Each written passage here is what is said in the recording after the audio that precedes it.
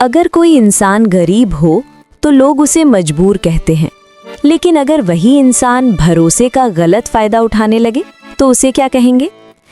आज की कहानी है एक ऐसे नौकर की जिसने पूरे गांव को मूर्ख बना दिया।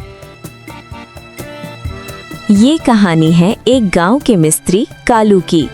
कालू साल भर मेहनत करता था। जब तक मौसम ठीक रहता, काम मिलता रहता, लेकिन जैसे ही बरसात शुरू होती, उसकी कमाई रुक जाती।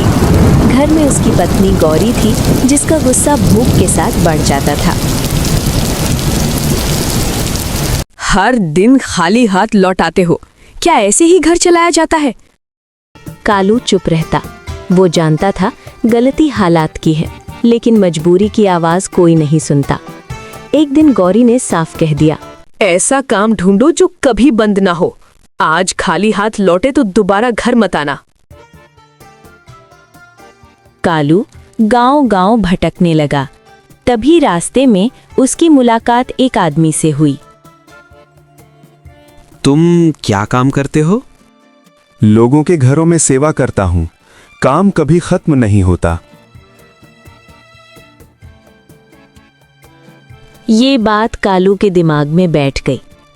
कुछ दिनों बाद कालू 2 अमीर व्यापारियों हरिशंकर और रघुनाथ के घर काम करने लगा। शुरुआत में वो ईमानदार था, मेहनती था, सबका भरोसा जीत लिया।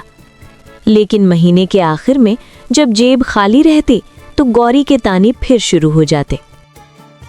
इतनी मेहनत और बदले में इतने से पैसे, मुझे इससे ज्यादा चाहिए। यहीं से कालू के मन में गलत रास्ते का बीज पड़ गया। उसने एक घर में जाकर दूसरे घर की बुराई करनी शुरू की, कभी व्यापार की, कभी इज्जत की।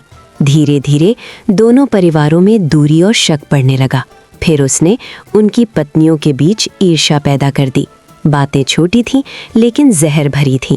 दिवाली आई, दोनों घरों ने आपस में मिठाई भेजी, लेकिन मिठाई कभी पहुंची ही नहीं।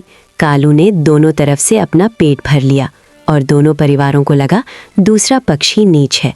अब कालू ने अगला दांव खेला। एक दिन उसने हरिशंकर से कहा,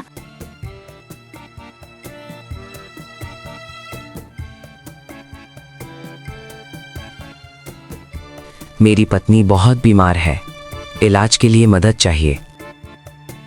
पैसे मिलते ही वो कुछ दिनों के लिए गायब हो गया।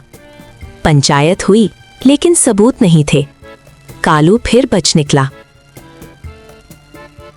अब उसकी हिम्मत और बढ़ गई। वो सरपंच बलबीर सिंह के यहाँ काम करने लगा और उनकी आंखों का तारा बन गया। एक दिन चालाकी से उसने कागजों पर मुहर लगवा ली और एक ही पल में सरपंच को उनके ही घर से निकाल दिया। अब गांव वालों की आंखें खुल चुकी थीं। हरिशंकर, रघुनाथ, उनकी पत्नियां और खुद सरपंच सब एक साथ पंचायत में खड़े थे। इस बार सच्चाई के सबूत थे। कालू का झूठ उसके ही जाल में फंस गया। सरपंच ने फैसला सुनाया, जिसने भरोसे को बेचा है वो अब आजादी का हकदार नहीं। कालू को सजा मिली। पैसा, गहने, जमीन सब वापस ले लिए गए। गौरी रोती रही और कालू समझ चुका था गलती गरीबी की नहीं थी, गलती लालच की थी। मेहनत भले धीरे फल दे, लेकिन धोखा हमेशा सजा देता है। अगर कहानी पसंद आई हो तो एक लाइक भरोसे के नाम और सब्सक्राइब सच्चाई के नाम।